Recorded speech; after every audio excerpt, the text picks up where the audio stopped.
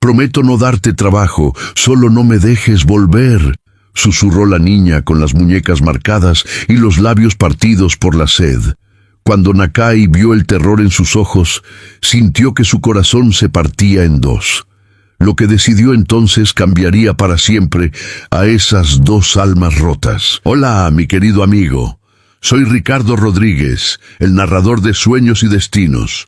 Antes de comenzar, te invito a suscribirte a nuestro canal y cuéntame, ¿desde qué ciudad nos estás viendo? Un fuerte abrazo y disfruta la historia. El sol del mediodía convertía las piedras en brasas. Nakai detuvo su caballo al ver el movimiento entre las rocas. No era un animal.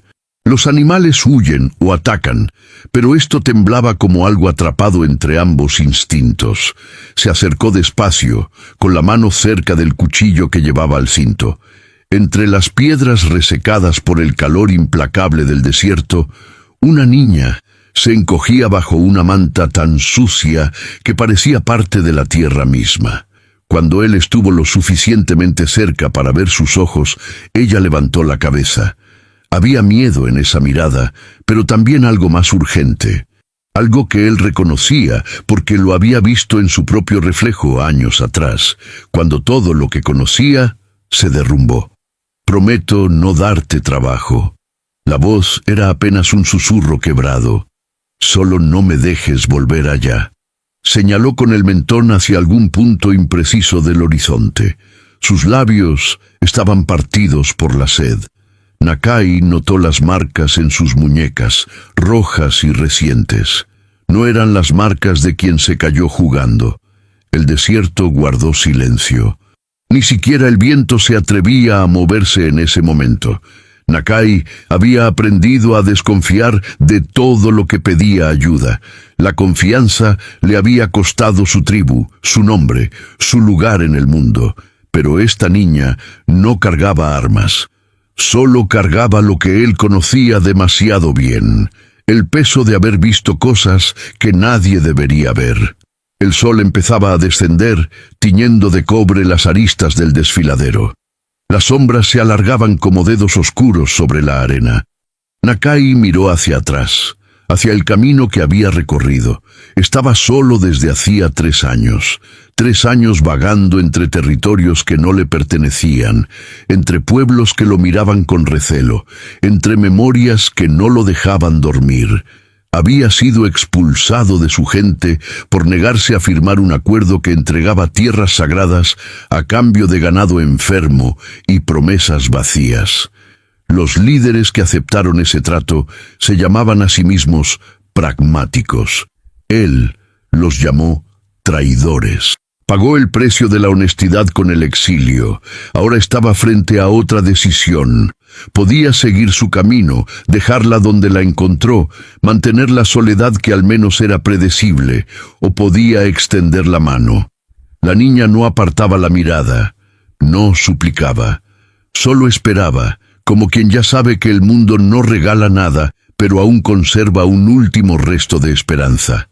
Nakai sintió algo moverse dentro de su pecho. No era compasión exactamente, era reconocimiento. El reconocimiento de verse reflejado en otro ser humano roto por las mismas fuerzas que lo habían quebrado a él.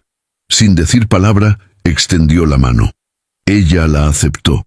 Sus dedos eran pequeños y fríos a pesar del calor. Temblaban. Cuando Nakai la ayudó a ponerse de pie, la manta cayó al suelo. La niña llevaba un vestido que alguna vez fue blanco, ahora convertido en un mapa de tierra y sudor. Tenía los pies descalzos, llenos de cortes. No podía tener más de 9 años. «¿Cómo te llamas?», preguntó él en español, con el acento marcado de quien aprendió el idioma tarde. «Alma», asintió. No preguntó más. Las preguntas podían esperar. Lo urgente era encontrar sombra y agua antes de que el sol terminara de caer y el desierto se convirtiera en otra clase de infierno, el del frío nocturno que arrancaba la vida de los descuidados. Montó a su caballo y la subió delante de él. Alma no resistió. Se acomodó en silencio, aferrándose a la crin del animal con manos que habían aprendido a sostenerse de lo que fuera para no caer. Cabalgaron hacia el este, donde Nakai recordaba haber visto una formación rocosa con salientes que podían servir de refugio. El sol los perseguía con su último aliento dorado antes de hundirse tras las montañas distantes. Llegaron cuando las primeras estrellas empezaban a abrirse paso en el cielo violeta. La formación de piedra era tal como la recordaba, una serie de rocas apiladas por el tiempo y el viento, creando cavidades naturales. Nakai desmontó y ayudó a Alma a bajar. Ella se tambaleó, débil por el hambriento y la jornada. «Siéntate», ordenó él señalando una piedra plana.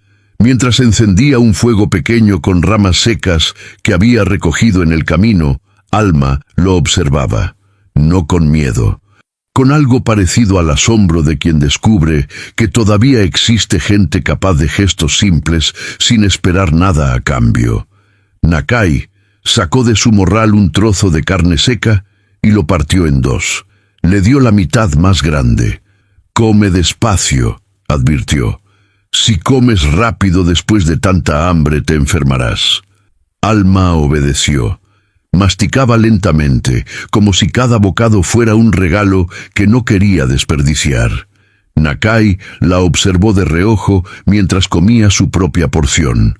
Había algo en la manera en que ella se sentaba, encorvada sobre sí misma como protegiéndose de golpes invisibles, que le decía más de lo que cualquier palabra podría expresar. El fuego crepitaba. Las llamas arrojaban sombras danzantes sobre las paredes de roca. En la distancia un coyote aulló. Otro le respondió. El desierto nunca estaba realmente en silencio. Solo fingía estarlo. Cuando Alma terminó de comer, Nakai le dio su cantimplora. «Poco a poco», repitió. Ella bebió con cuidado, controlando el impulso de vaciarlo todo de un trago. Cuando le devolvió la cantimplora, sus labios ya no estaban tan partidos. «Gracias». Nakai asintió. Agregó más ramas al fuego. La noche del desierto podía ser cruel. Pasaron varios minutos en silencio. Solo el fuego hablaba, chasqueando y suspirando. Finalmente, Alma habló. «Mi padre», comenzó, pero la voz se le quebró. Nakai no la presionó. Sabía que las historias difíciles se cuentan a su propio ritmo, o no se cuentan nunca. Alma respiró hondo. Sus manos temblaban ligeramente sobre su regazo.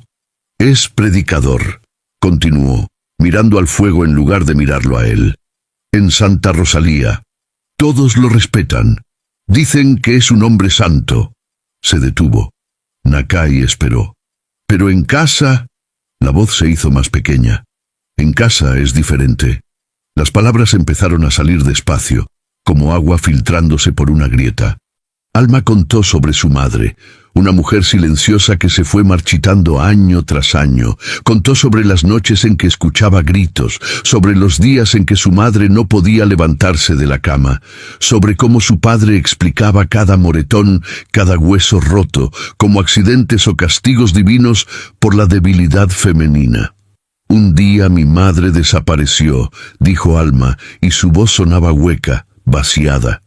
«Mi padre dijo que Dios se la había llevado porque no era lo suficientemente fuerte en su fe». Nakai sintió que algo se endurecía dentro de él. Conocía ese tipo de hombres, los que usaban a Dios como escudo para su crueldad.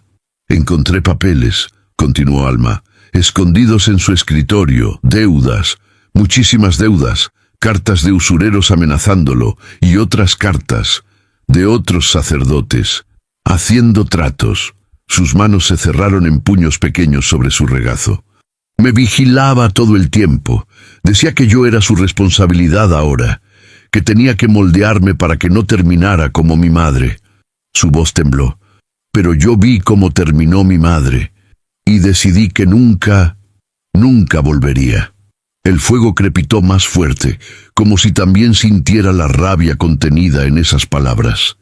Nakai miró a la niña.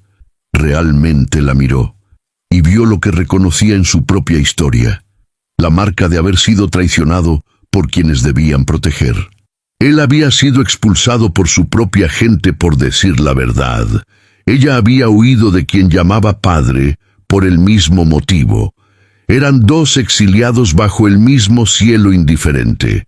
«No tienes que volver», dijo finalmente. Alma levantó la vista sorprendida. «Te llevaré al próximo pueblo. Encontraremos a alguien». «No». La palabra salió rápida, casi desesperada. «Por favor, si me dejas en un pueblo, él me encontrará. Tiene contactos en todas partes. Sacerdotes, autoridades». Nakai guardó silencio. Sabía que tenía razón. Un predicador respetado con influencia podía mover muchas piezas, y una niña fugitiva no tenía ninguna. «Entonces vienes conmigo», dijo, sin saber muy bien qué significaba eso o hacia dónde los llevaría. Alma asintió. Por primera vez desde que la encontró, algo parecido a la paz cruzó por su rostro.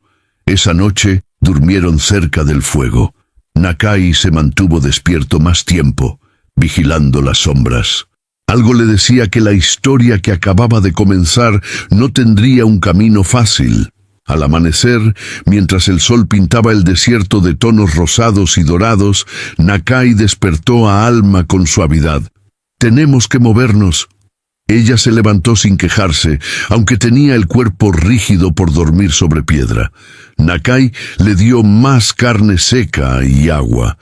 Mientras comían, observó el horizonte. «¿Sabes si te siguieron?» Alma negó con la cabeza. «Huí de noche. No creo que se hayan dado cuenta hasta la mañana». «Entonces ya lo saben».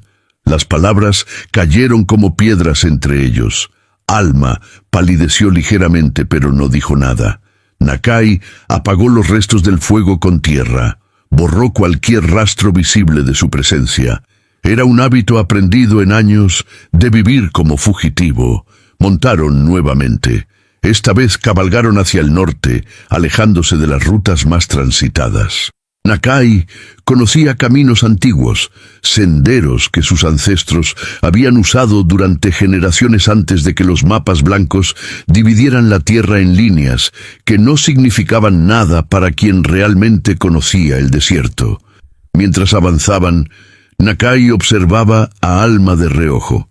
Esperaba quejas, llanto, debilidad, pero la niña se mantenía erguida, adaptándose al movimiento del caballo con sorprendente naturalidad.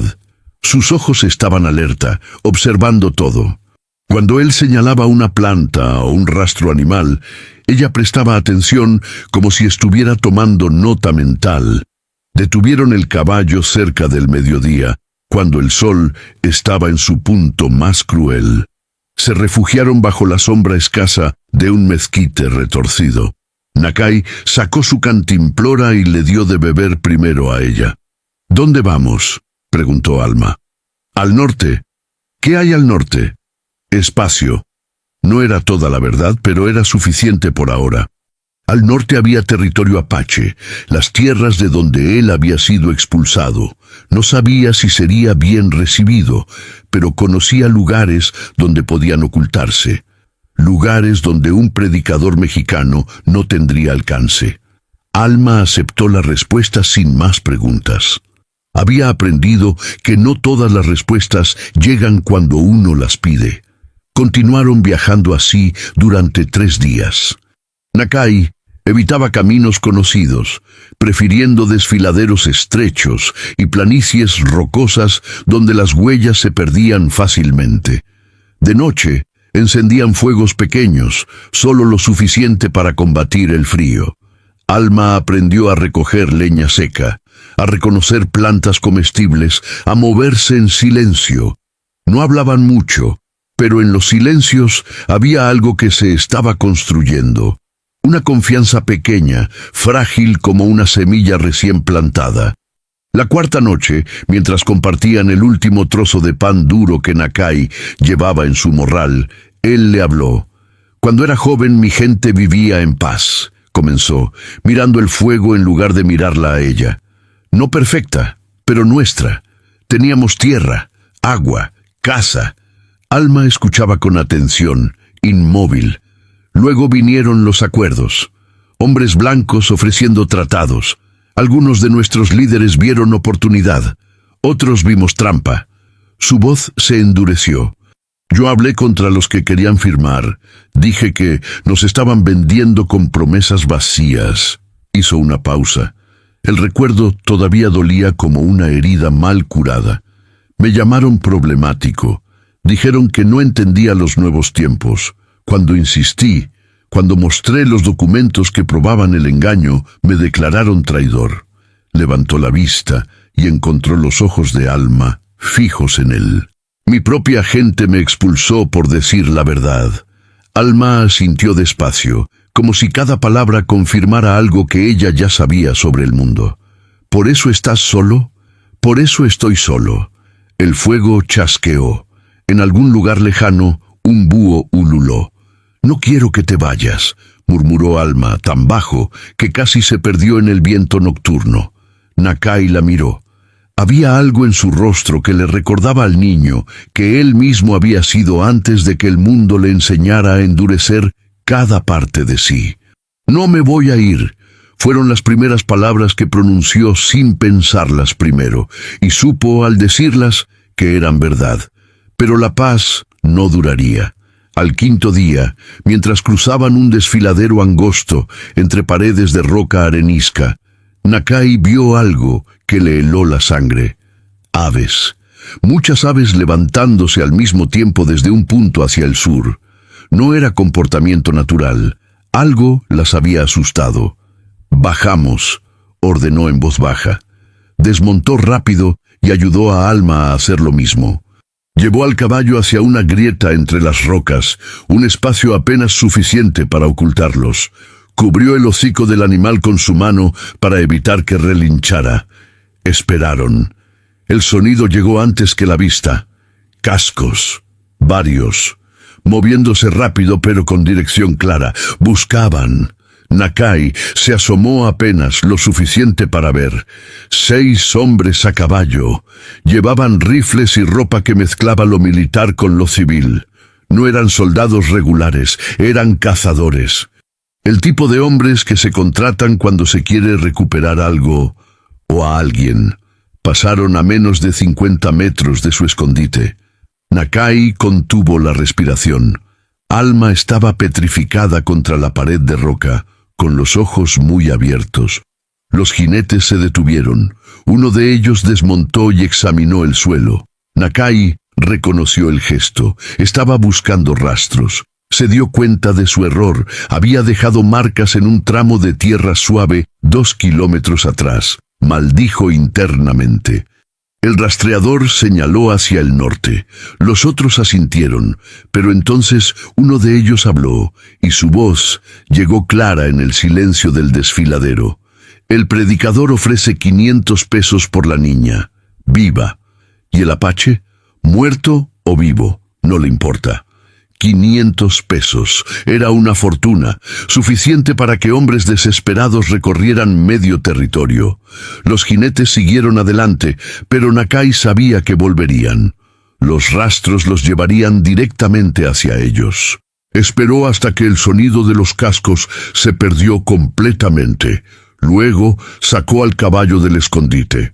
«Tenemos que movernos. Ahora». Alma asintió. Tenía el rostro pálido, pero no había llorado.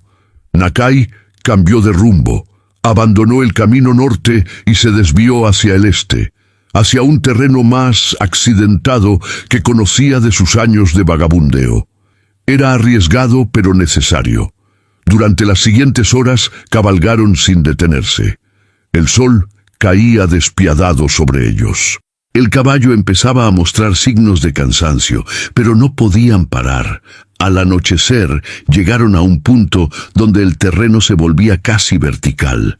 Nakai desmontó y estudió la pared rocosa. Había un sendero, apenas visible, que serpenteaba hacia arriba. Demasiado estrecho para el caballo. Tomó una decisión difícil. Quitó la silla y las alforjas. Le dio palmadas al animal en el cuello. «Vete», murmuró en apache. El caballo se alejó trotando, libre. Era mejor así. Los perseguidores encontrarían al animal y perderían tiempo tratando de determinar qué había pasado. «Vamos a subir», le dijo a Alma. Ella miró la pared de roca con ojos incrédulos. «Puedo hacerlo». Y lo hizo. Escalaron durante lo que pareció una eternidad. Nakai adelante marcando cada punto de apoyo. Alma siguiéndolo con determinación silenciosa. Cuando finalmente llegaron arriba, ambos estaban exhaustos, con las manos sangrando. Pero arriba había algo que Nakai recordaba. Una cueva. Pequeña, oculta por una cortina de enredaderas secas. La había usado años atrás cuando huía de otro tipo de perseguidores. Entraron. La cueva era fresca y profunda. Nakai revisó cada rincón antes de permitir que Alma se sentara. «Aquí estaremos seguros, por ahora». Alma se dejó caer contra la pared. Sus piernas temblaban por el esfuerzo. Nakai se sentó cerca, también agotado. No encendieron fuego. El humo los delataría. En la oscuridad de la cueva, escuchaban solo su propia respiración y el viento afuera. «¿Por qué me ayudas?», preguntó Alma en la oscuridad. Nakai tardó en responder. «Porque alguien tenía que hacerlo». No era toda la verdad, pero era la parte que podía poner en palabras. Alma no insistió. Se acurrucó contra la pared y cerró los ojos. En minutos estaba dormida, agotada. Nakai se quedó despierto, vigilando la entrada. Afuera, las estrellas aparecían una por una en el cielo negro. Pensó en los hombres que los buscaban. Pensó en el predicador que ofrecía 500 pesos por su hija. Pensó en cómo el mundo parecía estar diseñado para que ciertos hombres pudieran comprar cualquier cosa, incluso el derecho a destruir vidas. Pero también pensó en Alma, en su coraje silencioso, en cómo no había llorado ni una sola vez, a pesar del miedo y el dolor. En cómo confiaba en él a pesar de no tener ninguna razón real para hacerlo, excepto que no tenía otra opción. Y se dio cuenta de algo: ya no estaba solo. Y eso cambiaba todo. Al amanecer, Nakai despertó a Alma con cuidado. Habían dormido poco, pero no podían quedarse. Necesitaban agua y comida. Salieron de la cueva y descendieron por el otro lado de la formación rocosa, un camino más suave que el de subida.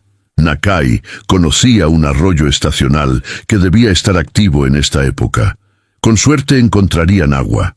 Caminaron durante horas bajo el sol naciente. Alma iba detrás de él, callada pero atenta.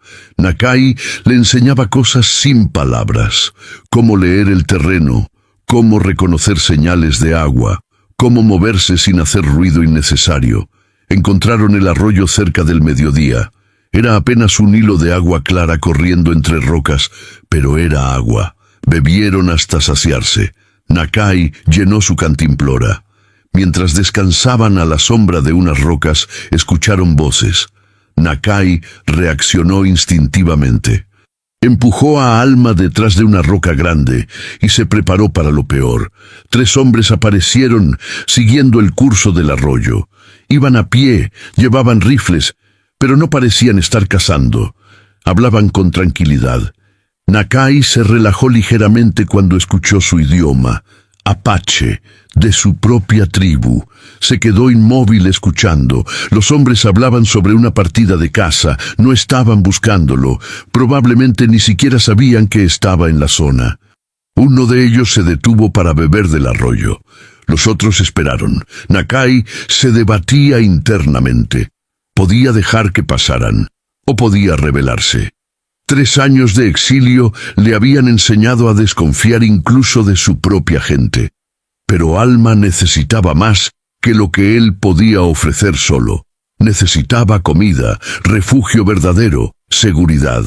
Tomó una decisión. Se levantó despacio, con las manos visibles. «Hermanos», dijo en apache. Los 3 hombres giraron al instante, levantando sus rifles. Pero cuando vieron quién era, la sorpresa reemplazó a la hostilidad. «Nakai», uno de ellos bajó el rifle. «Pensábamos que estabas muerto». «Casi».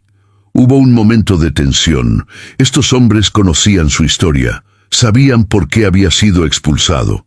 «¿Qué haces aquí?», preguntó otro. Antes de que Nakai pudiera responder, Alma salió de detrás de la roca. Los hombres la miraron con sorpresa. «Es mía», dijo Nakai simplemente, usando la palabra que en su idioma significaba tanto mi hija como mi responsabilidad. Los hombres intercambiaron miradas. Uno de ellos, el mayor, habló. «Hay hombres buscándolos, ofrecen dinero. Lo sé, son muchos, lo sé». El hombre mayor estudió a Nakai durante un largo momento. Luego miró a Alma. Vio las marcas en sus muñecas, el miedo contenido en sus ojos, la manera en que se paraba cerca de Nakai como buscando protección. «Síganme», dijo finalmente. Nakai vaciló. «El consejo todavía no ha revocado tu exilio», continuó el hombre, «pero hay una cueva más al norte, abandonada. Nadie va allí. Pueden quedarse hasta que pase la búsqueda». Era más de lo que Nakai esperaba. Asintió. Los hombres los guiaron durante varias horas a través de terreno cada vez más accidentado. Alma caminaba sin quejarse, aunque Nakai notaba que empezaba a cojear ligeramente. La cueva resultó ser mucho más que eso. Era una serie de cavidades interconectadas en el corazón de una formación rocosa, profunda, seca, con múltiples salidas, un refugio perfecto. Antes de irse, el hombre mayor dejó un bulto en el suelo. «Comida», dijo. «Volveremos en 3 días». Nakai inclinó la cabeza en señal de gratitud. Los hombres se fueron sin más palabras. Cuando estuvieron solos, Nakai exploró la cueva. Era segura. Alma se dejó caer en el suelo, finalmente permitiéndose mostrar el agotamiento. «Descansa», le dijo Nakai. Abrió el bulto que habían dejado. Contenía carne seca, pan, dátiles y una manta. Provisiones simples pero valiosas. Le dio comida a Alma. Ella comió despacio, como le había enseñado. «¿Podemos confiar en ellos?», preguntó con la boca llena. «No lo sé, pero no tenemos muchas opciones». Era honesto. Alma apreciaba la honestidad. Pasaron el resto del día descansando. Nakai montó guardia mientras Alma dormía envuelta en la manta. Por la noche, él también durmió, exhausto. Los 3 días pasaron lentamente. Nakai aprovechó el tiempo para enseñarle a Alma más sobre supervivencia. Le mostró cómo hacer fuego sin humo, cómo reconocer plantas venenosas, cómo leer el clima en las nubes. Alma aprendía con una rapidez que lo sorprendía. Hacía preguntas inteligentes. No se quejaba del aburrimiento o la incomodidad. Era como si cada habilidad que adquiría fuera una armadura más contra el mundo que la había lastimado. El 3er día los hombres regresaron. Traían más comida y noticias. «Los cazadores siguen buscando», informó el mayor. «Pero se han movido hacia el oeste. Creen que fueron en esa dirección». «¿Cuántos son?» 12. Tal vez más». Nakai sintió un peso en el pecho. 12 hombres armados era un ejército pequeño. El predicador realmente quería recuperar a su hija. «Hay algo más», continuó el hombre. «Contrataron a alguien que conoces». Nakai levantó la vista bruscamente. «Vicente Coronado». El nombre cayó como una piedra en agua quieta. Nakai sintió que algo se congelaba dentro de él. Vicente Coronado, un antiguo guerrero apache que había renunciado a su gente para trabajar como rastreador para los blancos. Era el hombre que había ayudado a los fazendeiros a encontrar las tierras que querían comprar. El mismo que había testificado contra Nakai cuando fue acusado de traición. «Coronado los encontrará», dijo el hombre sin emoción. «Siempre encuentra». Nakai apretó los puños. Sabía que era verdad. Coronado conocía el territorio tan bien como él. Conocía sus costumbres, su manera de pensar. Era el peor enemigo posible. «¿Cuánto tiempo tenemos?» «Días, tal vez una semana». No era suficiente, pero tendría que serlo. Los hombres se fueron nuevamente. Esta vez dejaron un arco y flechas. No dijeron nada, pero el mensaje era claro. Prepárate para luchar. Esa noche, Nakai le habló a Alma sobre Coronado. Le contó cómo había sido un hermano, un amigo, antes de convertirse en traidor. ¿Por qué lo hizo?, preguntó Alma. Por dinero, por poder, por olvidar quién era.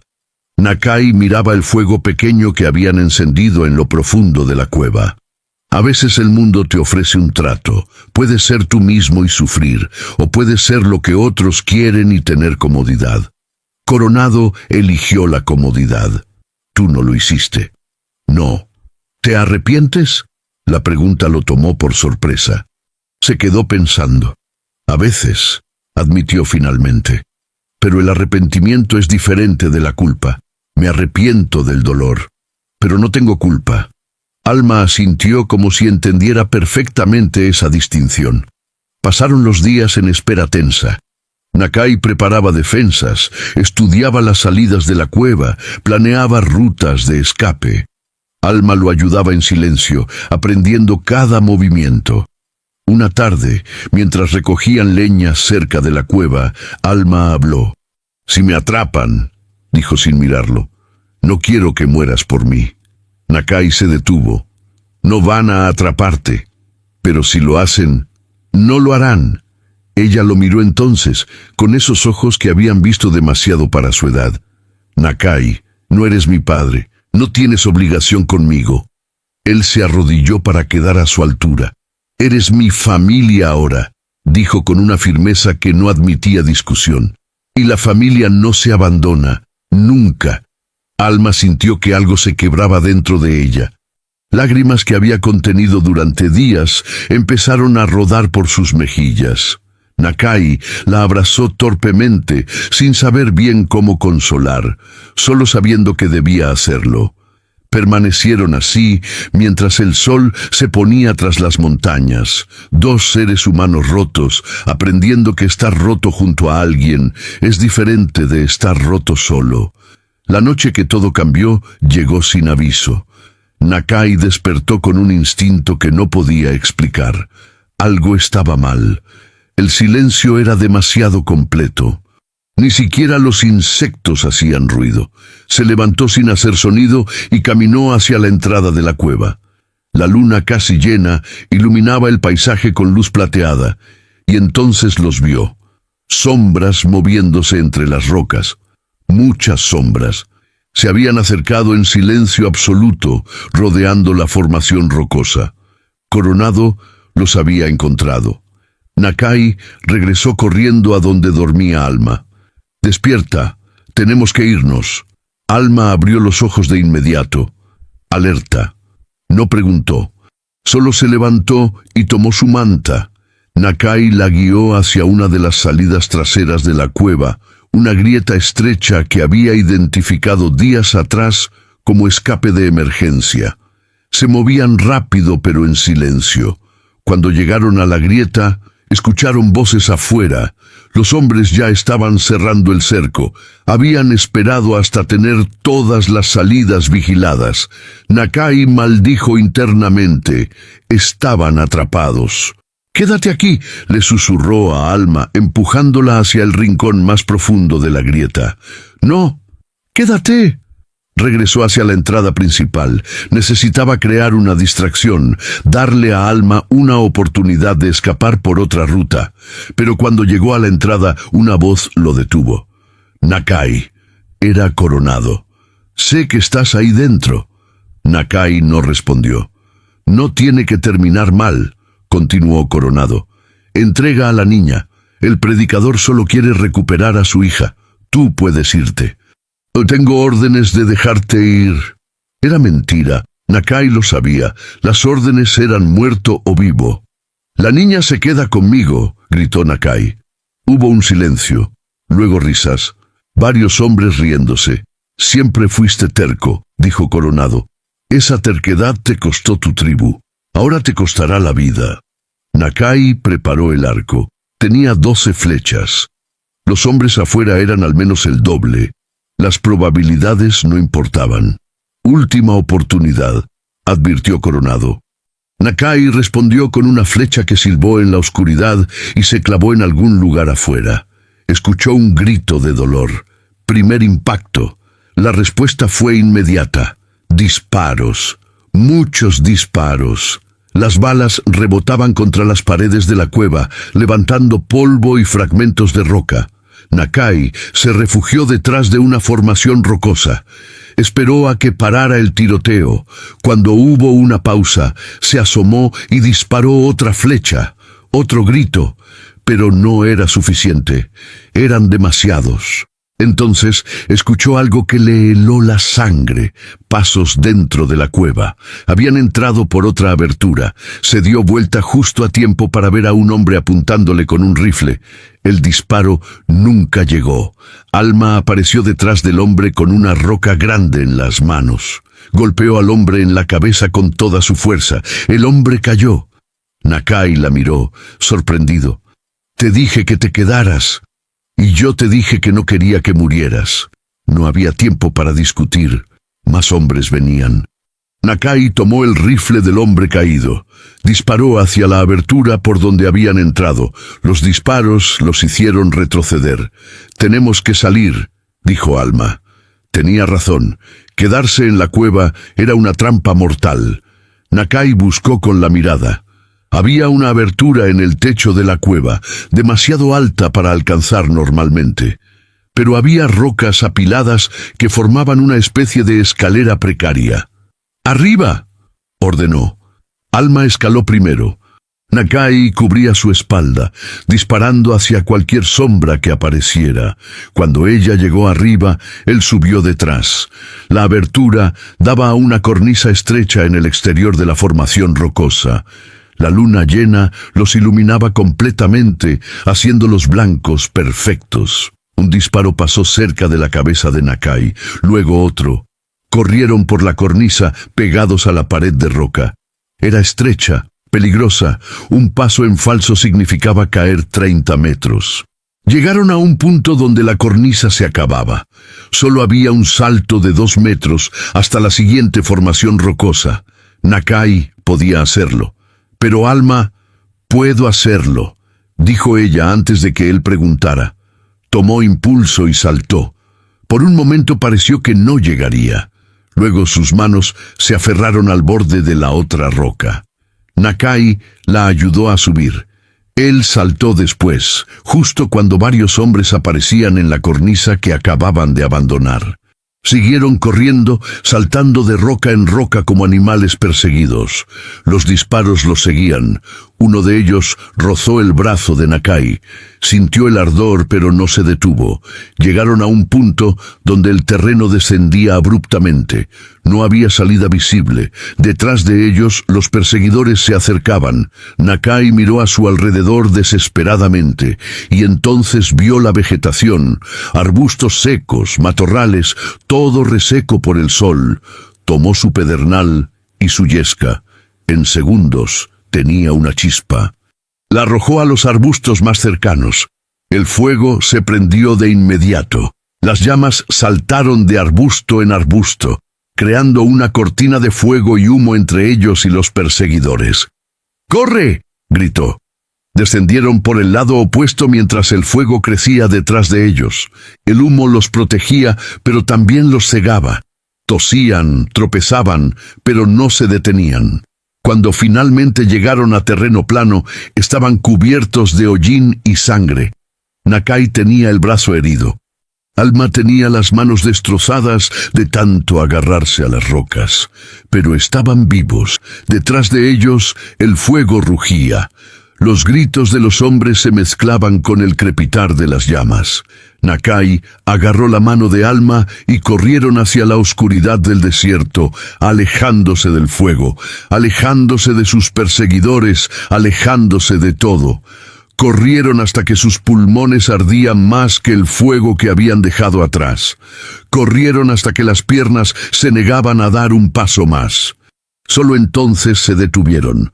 Se dejaron caer en el suelo, jadeando. Nakai presionó su brazo herido para detener el sangrado.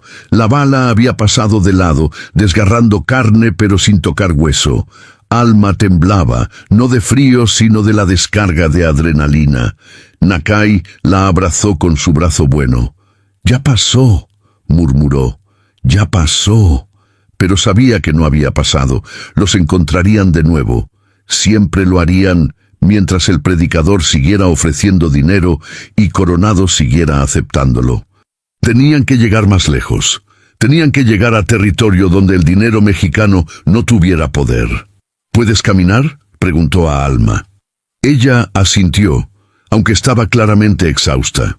Se levantaron y continuaron hacia el norte, esta vez más despacio, más cuidadosos. Nakai usaba cada truco que conocía para ocultar su rastro. Caminar por lechos rocosos, retroceder sobre sus propios pasos, usar el viento a su favor. Caminaron toda la noche. Al amanecer, encontraron un pequeño cañón con un arroyo. Se refugiaron en una grieta entre las rocas. Nakai limpió su herida con agua del arroyo. Dolía como fuego, pero no estaba infectada. Alma le ayudó a vendarla con tiras de su propia ropa. «Gracias», dijo él cuando terminó. «De nada». Se sentaron en silencio, escuchando el murmullo del agua. Los primeros rayos del sol pintaban el cielo de naranja y rosa. «Nakai», dijo Alma después de un rato. «Sí, cuando dijiste que era tu familia, ¿lo decías en serio?». Él la miró. Vio la esperanza mezclada con miedo en sus ojos, el miedo de que fuera solo palabras. «Lo decía en serio». Alma sonrió. Era la primera vez que Nakai la veía sonreír desde que la encontró. «Entonces, tú también eres mi familia». Algo se movió dentro del pecho de Nakai. Algo que había creído muerto durante su exilio. Algo parecido a pertenecer. Descansaron durante el día, turnándose para vigilar. Por la tarde continuaron su camino. Nakai sabía que tenían que llegar a territorio apache pronto. Era su única oportunidad real de seguridad. 3 días después, exhaustos y casi sin provisiones, finalmente cruzaron hacia tierras que Nakai reconocía. Territorios de cacería de su antigua tribu. Fue entonces cuando los rodearon. Guerreros apache emergieron de entre las rocas con arcos preparados. Nakai levantó las manos lentamente. «Soy Nakai, hijo de Tasa», dijo en su lengua. «Busco hablar con el consejo». Los guerreros no bajaron sus arcos. Uno de ellos, que Nakai reconoció como un joven que había sido niño cuando él fue exiliado, habló. «El exiliado no tiene derecho a pedir nada. No pido para mí, pido por ella», señaló a Alma, que permanecía quieta a su lado. Los guerreros la miraron, vieron sus manos destrozadas, su ropa hecha jirones, el agotamiento en su rostro. Vieron a una niña que había sufrido. El joven guerrero vaciló. Luego bajó su arco. «Vengan». Los escoltaron hacia el campamento principal de la tribu. Era más grande de lo que Nakai recordaba. Más tipis, más gente. La tribu había crecido. Las personas los miraban pasar con expresiones que iban desde la curiosidad hasta la hostilidad. Nakai mantuvo la cabeza alta, pero su corazón latía rápido. No sabía qué recepción tendría. Lo llevaron ante el consejo de ancianos. Nakai reconoció a algunos, pero otros eran nuevos. El jefe principal era Nantan, un hombre mayor que había sido amigo de su padre. «Nakai», dijo Nantan sin emoción, «regresas. Busco refugio temporal para ella». «¿Quién es?» «Mi hija». Murmullos recorrieron el consejo. Todos sabían que Nakai no había tenido hijos antes de su exilio. «Adoptada», aclaró Nakai. «Huye de un hombre que la maltrataba. Hombres armados nos persiguen». «¿Cuántos?» «Más de 12». Más murmullos. 12 hombres armados podían ser un problema. «¿Por qué deberíamos arriesgarnos por ustedes?», preguntó otro anciano. «Fuiste exiliado. No tienes derechos aquí». Nakai no tenía respuesta. Era verdad. Pero entonces Alma habló. «Porque él es bueno», dijo en español, sabiendo que algunos entenderían. «Y porque nadie más me ayudó». Su voz era clara, sin súplica, solo verdad. Nantán la miró durante un largo momento. Luego se volvió hacia Nakai. «Tu castigo fue justo según las leyes de ese tiempo», dijo. «Pero las circunstancias cambian. Los líderes que aceptaron el acuerdo que denunciaste resultaron estar equivocados. Las tierras fueron tomadas de todas formas. El ganado murió de enfermedad. Teníais razón». Nakai sintió algo aflojarse en su pecho. Vindicación después de 3 años. «Pero», continuó Nantán, «aún no podemos revocar tu exilio sin consenso. Llevará tiempo».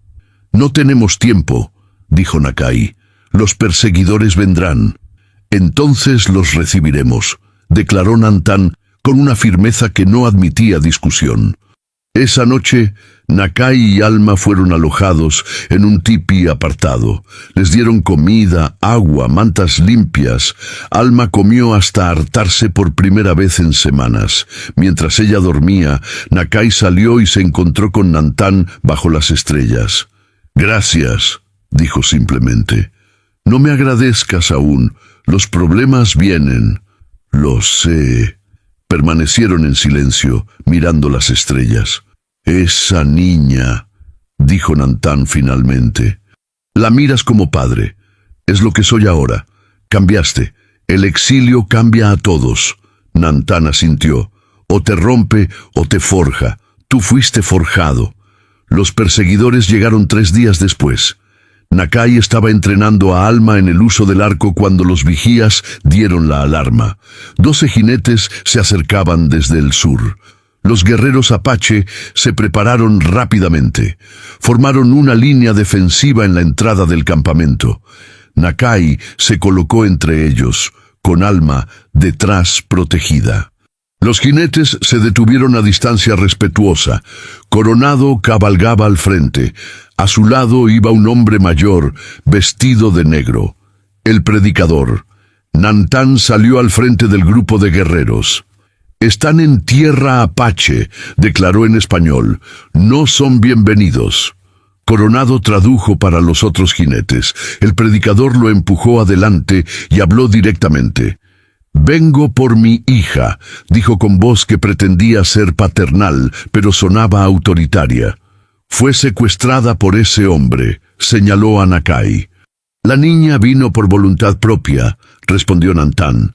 «Es una niña, no sabe lo que hace». «Parece saberlo perfectamente». El predicador se impacientó. «Ofrezco 500 pesos en plata por su devolución segura y 50 pesos adicionales por cada uno de ustedes si permiten que me la lleve pacíficamente». Dinero. Siempre volvía al dinero. Nakai vio cómo algunos guerreros jóvenes se miraban entre sí. 500 pesos era una fortuna. Pero Nantán no vaciló. «El dinero no compra honor. Váyanse». El predicador cambió de táctica. Su rostro se endureció. «Tengo contactos con el gobierno. Puedo traer soldados. El ejército entero, si es necesario». «Tráiganlos», respondió Nantán con calma. «Esta tierra es nuestra. Siempre lo ha sido». La tensión crecía. Los hombres armados empezaban a moverse inquietos. Nakai sabía que en cualquier momento podía estallar la violencia. Y entonces pasó algo que nadie esperaba. Alma salió de detrás de los guerreros y caminó hacia adelante. Nakai intentó detenerla, pero ella se soltó. Se paró entre ambos grupos, pequeña pero firme. «No fui secuestrada», declaró con voz clara que llevaba en el silencio del desierto. «Huí». El predicador descendió de su caballo. «Alma, hija, no sabes lo que dices. Ese salvaje te ha confundido». «¡No!». La palabra salió como un grito. «Tú me confundiste durante años, haciéndome creer que mamá murió por voluntad de Dios cuando la mataste tú con tus golpes». Murmullos entre los jinetes. Algunos parecían incómodos. «Esas son mentiras», intentó el predicador. «Son mentiras estos documentos». Alma sacó de su ropa los papeles doblados que había robado. Los había guardado todo este tiempo, protegiéndolos a través de la huida. Los arrojó al suelo entre ellos, documentos que prueban tus deudas, tus acuerdos con usureros, tus tratos con otros sacerdotes corruptos. El predicador palideció. Intentó avanzar hacia los papeles, pero Nantán movió su lanza, bloqueándolo. «La niña habla», dijo el jefe. «Escuchemos». Alma continuó, y cada palabra era como una piedra cayendo. «Decías que eras hombre de Dios, pero usabas a Dios para esconder tu crueldad. Golpeabas a mamá y decías que era castigo divino. Me vigilabas y decías que era protección paternal. Robabas dinero de la iglesia y decías que era administración». Su voz temblaba, pero no se detuvo. «Nakai es el único que me vio como persona. El único que me protegió sin pedir nada a cambio. El único que me enseñó que hay hombres buenos en el mundo, aunque tú me enseñaras lo contrario durante años». El silencio que siguió era absoluto. Incluso el viento parecía contener la respiración. Coronado desmontó y recogió uno de los documentos. Lo leyó. Su rostro cambió. Miró al predicador con disgusto. «Son reales», dijo a los otros jinetes. Algunos de los hombres empezaron a murmurar entre ellos. Uno de ellos, que llevaba ropa de autoridad civil, desmontó también y examinó los papeles. «Estos documentos comprometen a varios miembros del clero», dijo. «Y hay registros de fondos desviados». El predicador intentó protestar, pero su voz ya no tenía poder. La verdad, una vez expuesta, no podía volver a ocultarse. El hombre de autoridad miró a Alma. «¿Tu madre realmente...?» Alma asintió. «Murió por sus golpes. Él dijo que fue enfermedad, pero yo la vi. Vi los moretones. Escuché sus gritos». El hombre se volvió hacia el predicador con expresión de repugnancia. «Tendrás que responder ante las autoridades. Estas acusaciones son graves». El predicador intentó montar su caballo para huir, pero Coronado lo detuvo. Por primera vez en años, el rastreador parecía recordar algo de honor. «No», dijo simplemente sujetándolo. «Ya hiciste suficiente daño». Los jinetes rodearon al predicador. Ya no era un hombre respetado buscando a su hija. Era un criminal capturado. Antes de que se lo llevaran, el predicador miró a Alma con odio puro. «Vas a arrepentirte de esto. Sin mí no eres nada». Alma lo miró sin miedo. «Contigo era menos que nada. Sin ti puedo ser todo». Se lo llevaron. Nakai observó cómo se alejaban los jinetes con su prisionero. Sintió que un peso enorme se levantaba de sus hombros. Coronado se quedó atrás. Se acercó a Nakai. «Tenías razón», dijo simplemente. «Sobre todo. Sobre los acuerdos, sobre los líderes, sobre todo». Nakai no respondió. No había nada que decir. «Voy a renunciar a esto», continuó Coronado señalando su ropa de rastreador. «Voy a volver. El consejo decidirá si te acepta». «Lo sé», Coronado miró a Alma. «Cuídala». «Lo haré». Coronado se fue, dejando a Nakai, Alma y la tribu en silencio. Nantán se acercó a Nakai. «El consejo se reunirá esta noche para discutir tu exilio». Nakai asintió. Pero antes de que pudiera responder, Alma tomó su mano. «¿Qué pasará con nosotros?», preguntó. Nakai miró a Nantán. El viejo jefe sonrió levemente. «Eso depende del consejo, pero algo me dice que encontrarán razones para ser flexibles». Esa noche, el consejo se reunió. Debatieron durante horas. Nakai esperó afuera del círculo, con Alma dormida usando su regazo como almohada. Finalmente, Nantán salió. «El consejo ha decidido», anunció. «Tu exilio se levanta. Has demostrado honor protegiendo a quien no podía protegerse. Has traído verdad donde había mentira». Nakai sintió que sus rodillas casi cedían. Después de 3 años, finalmente podía volver a casa. «Y la niña», continuó Nantán, «será aceptada como tu hija. Será educada en nuestras costumbres si así lo desea». Miró a Alma, que se había despertado y escuchaba atenta. «¿Lo deseas?». Alma miró a Nakai. luego al campamento apache iluminado por fogatas, luego de nuevo a Nantán. Sí, respondió con firmeza, quiero aprender. Los meses siguientes fueron de transformación. Alma aprendió la lengua apache con rapidez sorprendente. Las mujeres de la tribu le enseñaron artesanías, recolección, preparación de alimentos. Los guerreros le enseñaron a rastrear, a leer señales, a moverse en silencio. Nakai la observaba crecer, no solo en habilidades, sino en confianza. Las pesadillas que la despertaban las primeras semanas fueron haciéndose menos frecuentes. Las marcas en sus muñecas sanaron. La risa empezó a llegar más fácilmente. Una tarde, 6 meses después de su llegada, Alma encontró a Nakai trabajando en un arco nuevo. «¡Nakai!», dijo, usando el nombre que ahora pronunciaba con perfecta entonación apache. «¿Sí? ¿Alguna vez te arrepientes de haberme encontrado?». Él dejó el arco y la miró directamente. «Nunca, ni un solo momento. Yo tampoco me arrepiento de haberte encontrado». Se sentó a su lado. Trabajaron juntos en silencio, cada uno en su propio proyecto, unidos por algo más fuerte que la sangre. Esa noche, durante la cena comunal, Nantán hizo un anuncio. «Nakai ha demostrado ser digno de su lugar entre nosotros. Su hija también ha demostrado valor y adaptabilidad». Hizo una pausa. «El consejo propone que Nakai tome su lugar como maestro de los jóvenes guerreros, y que su hija, cuando tenga edad, sea considerada para el mismo honor». Aplausos y gritos de aprobación llenaron el aire.